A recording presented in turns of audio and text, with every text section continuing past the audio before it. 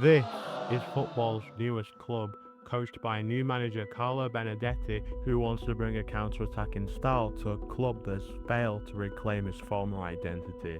As he enacts his future vision to a historic football club, where they aim to listen to the fans and give them entertaining football, use a youth-focused system which encourages players to come into the system early, and use those skills to become the best team in the land. But maybe this sounds a bit too good to be true, and it's safe to say a load of fans all across the world are a bit skeptical about this future vision, especially when Benedetti is struggling to sign the right players that will fit his system, as they don't believe in a counter-attacking system in Italian football. So it's safe to say Benedetti has a lot of work to do, and with the season only a couple months away, how will Benedetti coach his team to Italian glory? So it's all hands on deck as Benedetti evaluates the current roster, where he identifies experienced captain with a deathly cross Gerardo, Ozzelito one of the best and skilled passers in the league, Carnevale a silky winger with a point to prove, and Manzari with an endless engine and brilliance in attack. As the board thought they had a top manager could get the best out of these players and turn them into superstars, but the reality is that Perugia have unproven leadership and a team with no chemistry, meaning if they got relegated, this vision could fall apart. And it's a terrible display in the opening games of the season, as we haven't even got close to winning a game in the opening 2 months.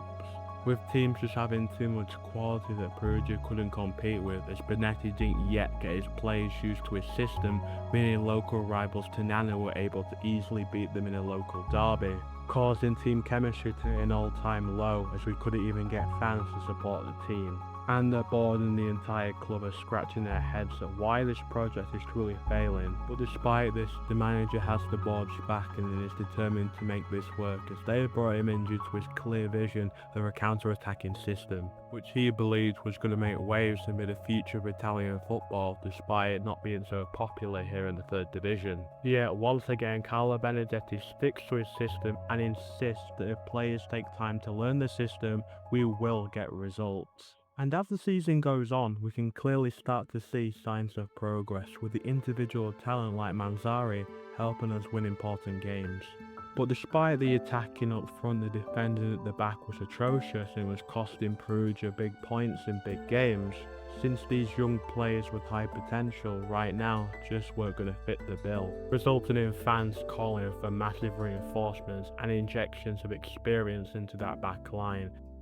So with Perugia sitting in 20th place by January, Perugia decided to stick to their principles and decided to keep their promise of listening to the fans who called for January reinforcements.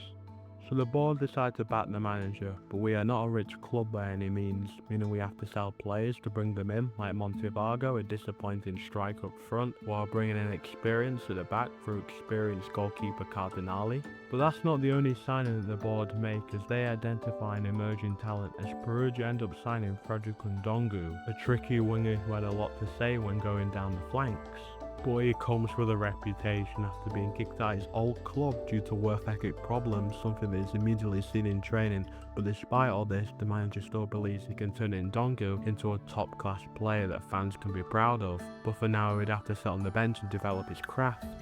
But back on the pitch, and things are starting to click for Perugia, as their no-nonsense defenders at the back are dealing with danger, after Benedetti changed both centre-backs mid-season for the experienced Dell'Orco and Riccardi, while the mass level of talent up top was able to perform Benedetti's system at its highest potential, with Carnevale silky smooth dribbling that was able to unlock any defence when they played at a low block, while Manzari's endless energy added a boost and structure to countless attacks on goal, with the main benefactor of this being Claudio Giardino, a random kid that came from nowhere, but with a chip on his back ended up scoring 9 goals in the second half of the season as he won multiple Man of the Match awards, but he still had a lot to learn to become a top striker. Yet Frederick Ndongu was struggling, as despite the performances from the team, he really failed to impress the manager with subpar performances, as fans are starting to see the reason why Fiorentina let him go. But the manager knows that when he prioritises the team and making space for himself to exploit, he can become his best, but for now, that'll only take time. However, despite all this, Perugia rallied for a 15th place finish in a very dramatic season, where most of the players ended up making the team of the season. due to players like Joselito being consistent all round due to his consistent and precise passing from deep, allowing players to shoot in dangerous positions, or showing how comfortable he was driving the ball into dangerous areas and shooting from range, making him a valuable player to keep next season. But all the credit has to go to the manager, as he looks like the perfect man to lead us forward and to the top of Italian football. And the club stay committed to their principles, again asking the fans what they want for the club this season. And the message is loud and clear, as they want more January reinforcements, but the board reinstate that the budget is tight and instead focus on developing the current young players, but the fans are furious as they believe their team has no chance of getting promoted. So I think it's fair to say we lost a couple of fans as we only managed to win one game in our first 5, a very underwhelming start to the season as our leading players like Gerardo failed to fit the bill, as he failed to show the attacking wisdom we knew he could provide, as he was swamped with defensive responsibilities at the back due to lack of reinforcements, meaning we would have to assess whether he had the capabilities to lead the team from the front and to the top of Italian football, as we had lost our captain's stellar attacking performances. And without Gerardo's stellar attacking performances, he wasn't the only player to struggle, as Giardino's goals dried up in the first half of the season, as he had to become a poacher to survive, but with limited effect. Yet this wasn't the worst case of poor performances, as the player that linked the whole attacking formation together, Frederick Ndongu, was reverting to his old ways at trying to take everyone on, so the manager drags him into his office and gives the player one last chance to play for the team, otherwise he would be out of the starting 11 long term. And fair enough, that final warning actually works, as Frederick Ndongu surges back into form, going on a wild run as he links the attack to the defence with his clinical passes, playing Benedetti's counter-attacking system to its full potential. But as he watches his teammates reach new heights, he tries to follow suit and pushes himself to reach new heights, which eventually sees spectacular results, as he enables himself to get into more advanced positions on the pitch, exploiting the space and scoring multiple goals, like in a classic versus Juventus Next Gen. But the main benefactor of Ndongu's efforts was Alessandro Carnevale, who was starting to become known as the budget Messi when his team needed a slow player to break down a low block, using his silky style to break out of tight areas and his wand of a left foot to shoot from range, as multiple of the top teams started to recognise his abilities. So suddenly at the halfway point of the season, Perugia aren't that far away from the promotion spots, but as the defence continues to be sloppy and makes multiple easy defensive errors, this team needs to make the much needed reinforcements that the fans have been asking for. So after a huge clear out of players that didn't have the necessary quality, with Tazzulo, who made multiple defensive mistakes, Cardinale, who didn't have the experience to lead the back line to promise, and Mamadou Kanate, who despite his promise in the first season with multiple goals, he was sold for a huge price. So with all these outgoings, Perugia now had the budget to spend big in the January transfer window, and Benedetti was speaking to the board, looking to sign his main 3 transfer targets this winter. And in they come, as Benedetti's first signing was Nicolo Coqueta, a young centre-back who had a lot to prove and a lot of experience in higher levels, Rutigliano, a passing centre midfielder that would give Joselito more license to push into attacking areas.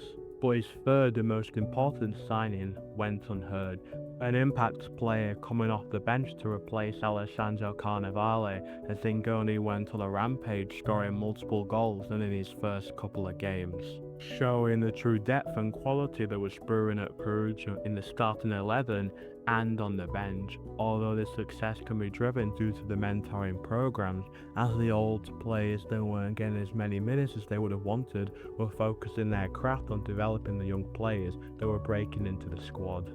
With one of the main partnerships coming from Federico Gerardo, the captain who was working with right back Javisa Nadal, signed on loan last season from Atlanta under 23s, as Gerardo helps teach Dale how to get the ball into attacking areas with speed when on the counter press, which put less stress on Gerardo for creativity, while Dale managed to learn how to get into these attacking areas and contribute massively to the Perugia attacking side as he scored big goals like helping in a 3-3 draw against top of the league Juve Stabia. Whereas after the loss of experienced goalkeeper Cardinale, young goalkeeper Leonardo Vinti worked with Dell'Orco and Riccardi to help bring a more sense of familiarity and comfort in the back line, as he was now able to show his true goalkeeping skills, finally giving Perugia a somewhat stable back line, as when the attack wasn't firing up front, he was still able to help clutch points for the team. However, once again, not everyone has been happy with Benedetti's leadership, as our left winger Frederick Ndongu wants to be seen as a star player within the squad, but he's continued to be getting overshined by our top players like Alessandro Carnevale and Giardino. Yet in a crucial game where we were heading to a win, Ndongu, who hadn't yet scored a goal, lashes out and gives away a red card. And the manager lashes out, calls the performance a disgrace and suspends Ndongu for 5 games, meaning he would be unavailable for the rest of the season.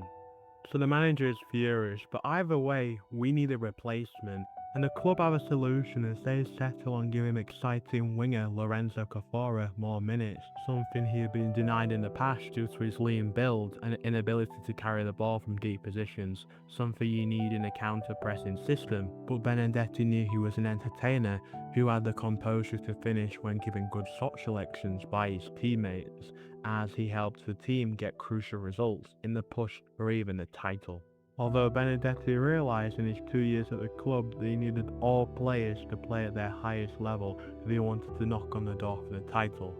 As with Juve Stabia and Pontedera dropping points, all he needed now was to get the results, and with Coqueta starting to work on his position and awareness in those positions, adding more protection to an improving back line, Manzare, although quiet across the season, came up with those blistering goals needed to win games, and Giardino, who was stepping up in the absence of a competent striker and scoring big goals for the team, meaning they were winning the games, allowing Benedetti to go on one of the wildest runs in his entire managerial career, as by the final game they were just a point of winning it all. As throughout Benedetti's first chapter at the club, he's had to deal with many problems throughout his time, dealing with rivalry disasters, dressing room antics, and overall having to guide the team towards its 3 main principles. But with one more game to go, can they do it? Well, I guess we'll just have to wait and see. So it's the final minutes here of Perugia's last Serie C match. They're 4-2 up, they just need the ref to blow the whistle, and it's done! There we go! Perugia are finally Serie C champions again, and for the first time in 4 years, Benedetti is the man to bring them back to Serie B football. And it's been an interesting first 2 seasons for Benedetti's men, but all I want to say is, come and join the journey, because in the next episode, it's gonna get bumpy. But for now, this is the life of AC Perugia.